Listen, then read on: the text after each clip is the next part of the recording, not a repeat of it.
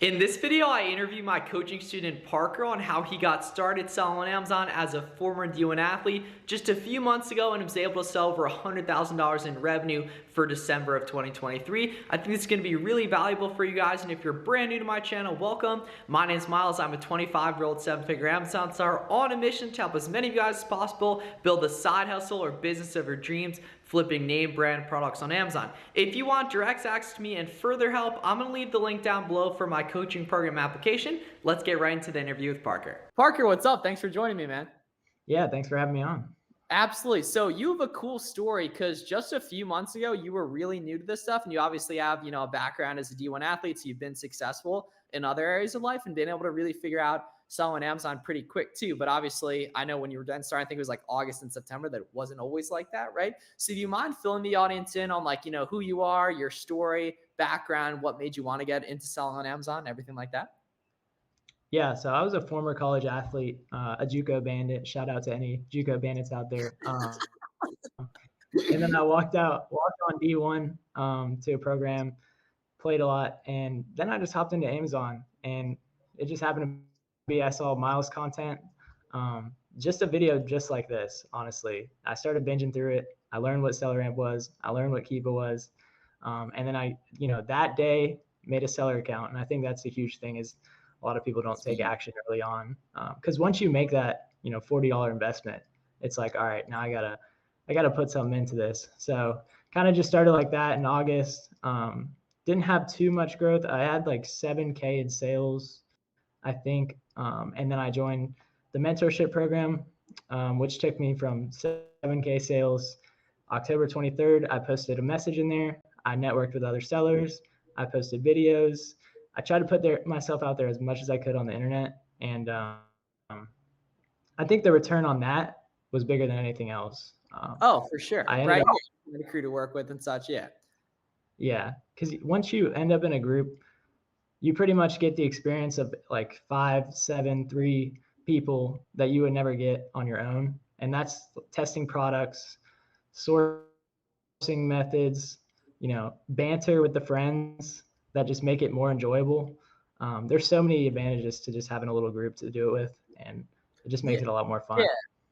Exactly, right? And when you do it on your own, you have to make all the mistakes, right? You have to find all the opportunity. You have to wait a long time to get feedback on your decisions, right? And first of all, we're just recommending in general, right? Just finding other people, whether it's like Twitter, Instagram, Discord, etc., right? This costs nothing to meet and network with other Amazon sellers. And that was by far the biggest thing I did with the boys back in the day too, right? Because you just get to really accelerate your learning process and such too. So you got started in August and September. Can you walk us through the sales by month, basically? Yeah, so first month was 1K, and I felt really good about that. It was like, all right, I'm understanding how this works. Second month was 7K, and that's when I was like scaling up, and I really wanted to take it serious. And that's when I joined the coaching program, put myself out there, and then 15K was the next month, 40K the following month. So things were really taking off. And then December was 130K, and then even in January this month, I think we can do like 60, even after the month. The Christmas rush is over. So 210,000 in sales in like 5 months. I'd say. Yeah, so December was probably like something like 17,000 profit or so, or 20,000 bucks profit or something like that. Yeah. Yeah, it's crazy, right? And that's obviously far from typical in terms of getting going, right? But you can see, right, this is it done at the highest level, like I've been talking about. Like my first Q4, I did, similar numbers right around 300K rev for December, 50K profit, right? When you commit yourself to this stuff, it can really work. But you got to be thinking about it 24/7, working on it 24/7, finding other kings and queens to build with is so crucial and everything. And then what did that operation actually look like? Because you can't really scale that quick with FBA. So I assume it was a lot of FBM action. It was all FBM pretty much. Everything FBM until November. And you just get used to like going to the post. Like I lived across the street from the post office. I lived in an apartment, so it's probably easier for other people because you can just schedule pickups. Like a lot of people don't realize like you don't have to go to the post office. Like if you schedule a pickup the night before, they will come for free and pick up all of your packages and send them to Amazon, or not to Amazon, but the customer. Sure. And so the way you guys do that, right, is on USPS's website. If you Google like USPS pickups, you're going to be able to find a direct link to that. Those are actually free. And then you can schedule UPS pickups at a very discounted rate through what's called pirateship.com. which is pretty awesome too. So obviously some people who haven't FBM'd yet are a little bit worried, right, that it might be, a little bit of extra work or that they might not be able to get the buy box. So you kind of want to break down some of the components that went into being successful with FBM, especially as a new seller. Yeah, so the first mistake I made when I got started is I bought like a ton of FBA supplies, and I still haven't even gone through all those supplies. FBM is honestly great because all you need is some poly bags, a way to print a label, and the product obviously, and that's pretty much all you need. I bought like a bunch of big boxes, Finsky labels, all this stuff, and then I never even had to use them. So if I was a beginner again, I would just keep it simple, just get some poly bags, dabble into RA, couple products here and there, and just try to FBM them. And then the biggest thing is got to be on 0-day handle time. I actually didn't even do that until like my second month, but I haven't taken it off since.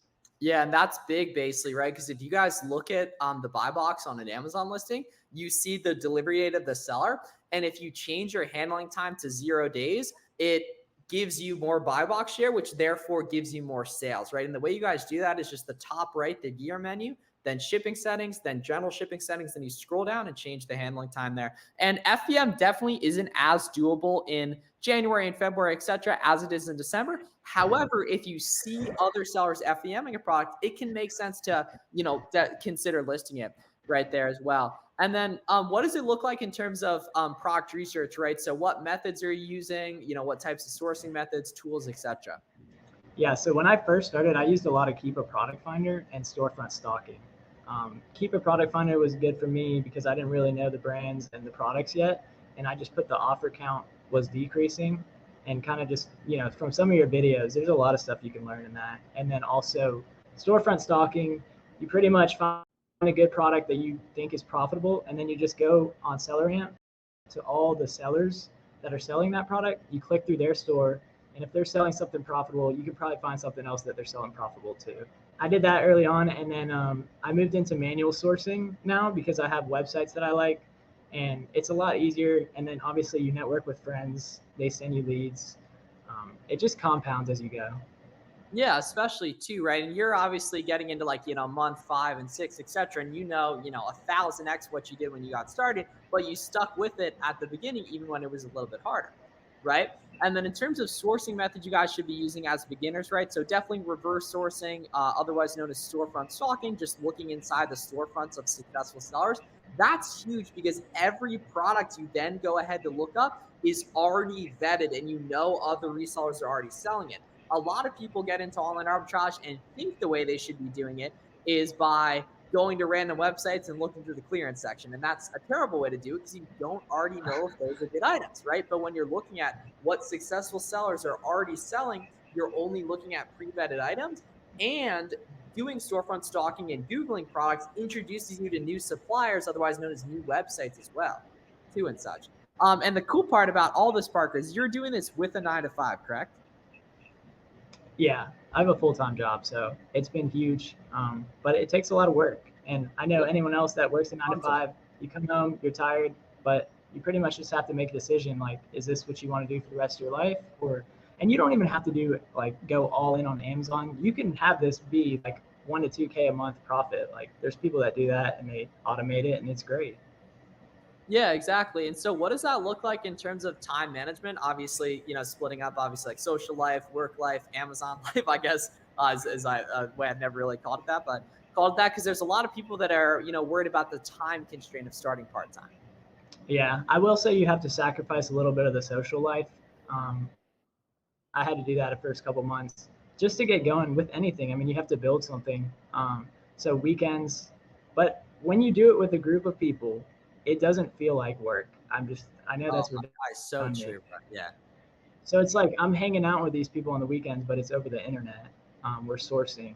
So it's not like you're going to the office on Saturday evening to do this. Like it's so much different doing it with your friends. You manage the time how you can. If you wake up a little earlier for work and you pack your orders, drop them off, you head to work, you come home, and then you just make a little time here and there to source. And as you go, it compounds. So if it's not working right at the beginning, just keep at it because then you'll start to recognize products. You'll say, oh, I sold that, and then you realize the price it's selling for, and it just gets easier and easier as you go. Yeah, and then in terms of the actual like going about making Amazon seller friends, that's a difficult thing for a lot of people. I think as it should be, right? Because there's such a it's like kind of a mental reframe and that like we got to understand there's such a small chance that you're gonna find your people that you're gonna, really have a lot of fun with, do good business with, etc. for years just in your small town that most of us live in. Right. And you Yeah. gave a really good example of that when you came on our podcast, right? So can you talk about what that actually looks like in terms of what to look for in terms of network with other Amazon sellers and how you actually do it? Yeah. So for me, I was looking for friends because I had a lot of people reach out that weren't really my age, weren't really people I get along with. So I would say pretty much use social media to find people that you would hang out with on a daily basis and that you could laugh with, joke with, sell products with, and just have a lot of fun with it. Because at the end of the day, Amazon can be really fun, or it can be you staring at a computer for 8 hours Which is sourcing. terrible, which I would hate too, but I don't. I luckily you don't have to do it I, like that if you find your crew that you can work with, right? And the key is no one's paid any money, right? It's literally just like existing, right? Finding people that you vibe with in person, right? And solving problems together. And that was legit the exact same way it was for Garrett, Jake, Danny, and I back in the day. Legit, Jake lived across the country, right? And we just had a shared spreadsheet, a group chat on text. We would Zoom call all the time, and we all learned so much quicker with stuff and everything, which is, the name of the game and such, right? So, what I really hope you guys take away from this, right, is that fast growth is possible, but it takes a boatload of effort, right? You put your all into this the same way I assume you put your all into baseball. 100%. Yeah.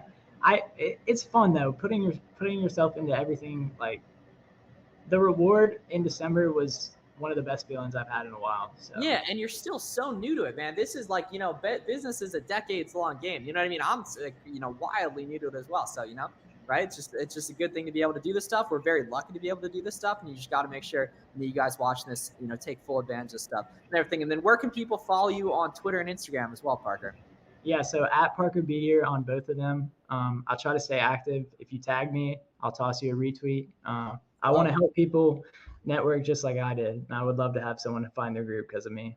Boom, there we go, right? So check out Parker on Twitter and Instagram, right? You got to call the shot, though, in terms of this 2024 on Amazon in December as well. What do we think in sales profit numbers?